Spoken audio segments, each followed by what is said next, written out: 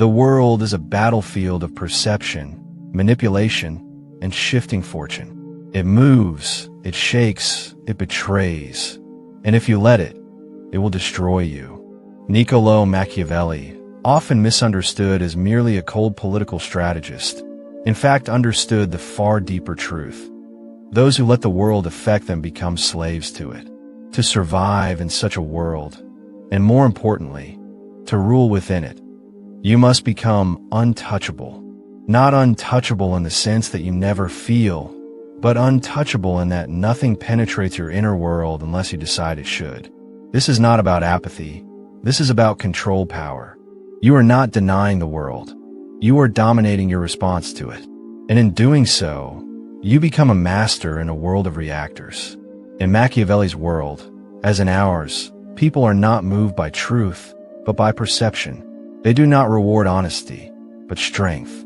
The one who breaks down, who cries publicly, who exposes vulnerability without purpose, he is not admired. He is pitied. And in Machiavellian terms, to be pitied is to lose power, and to lose power is to be ruled. Let us make something clear. This is not about being emotionless. This is about being emotionally disciplined.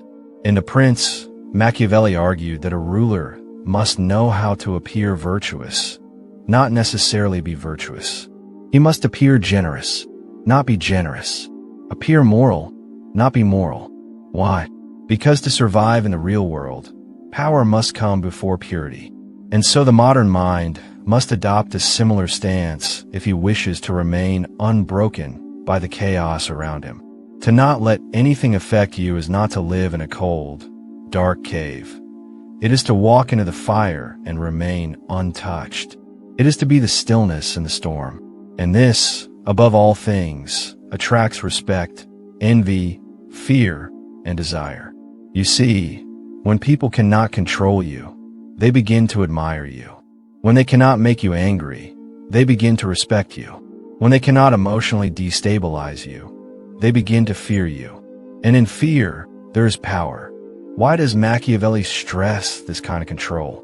Because weakness is more dangerous than cruelty.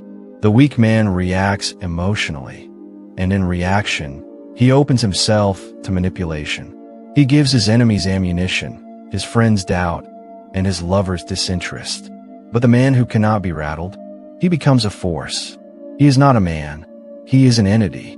To understand why Machiavelli would advise such a stance, you must understand what he feared most: losing control.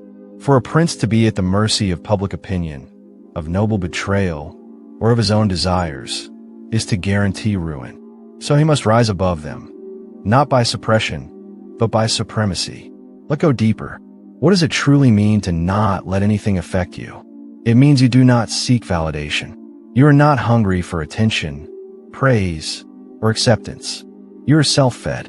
You are independent of approval. This does not mean you don't enjoy praise. It means you are not controlled by the lack or abundance of it.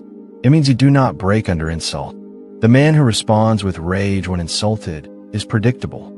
His enemies can pull strings and watch him dance. But the man who responds with silence, he denies his enemies fuel. He removes their leverage.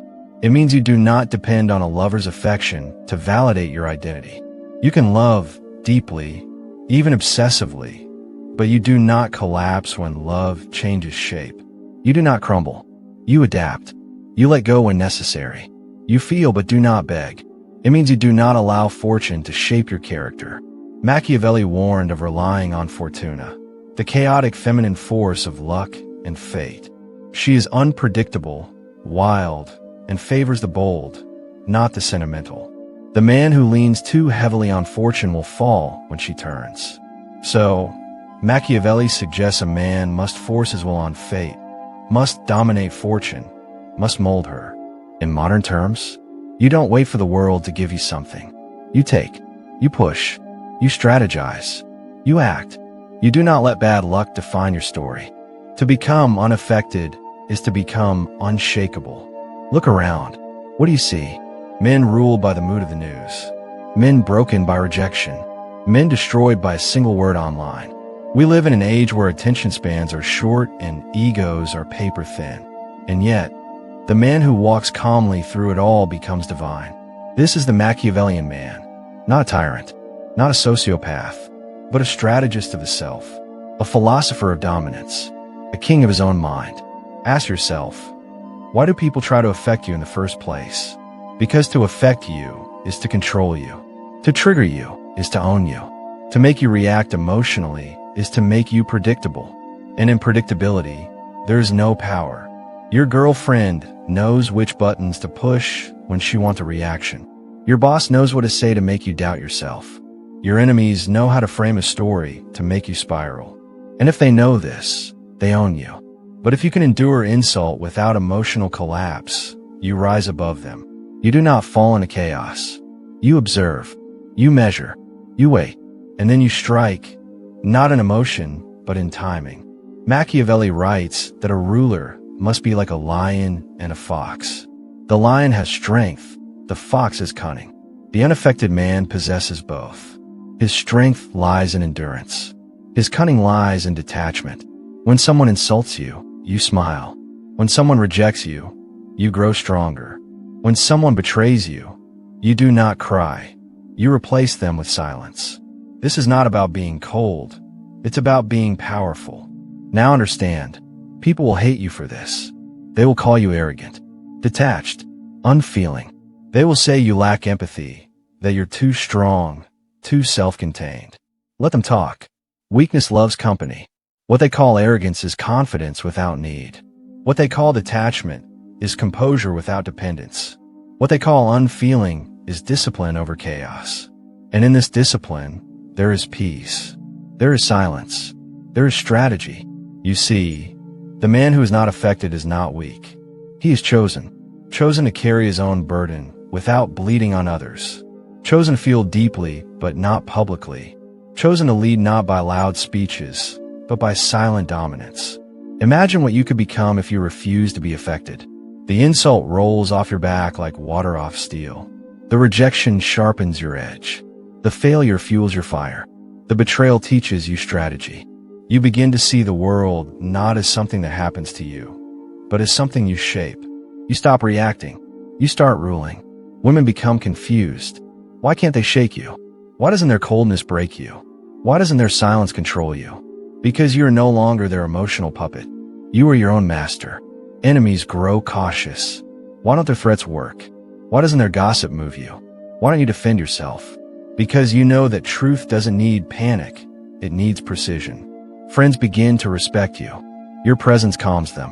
Your words carry weight. You don't talk much, but when you do, the room listens. This is the reward for becoming unaffected. You become rare. You become sacred. You become feared and adored. But make no mistake, this journey is brutal.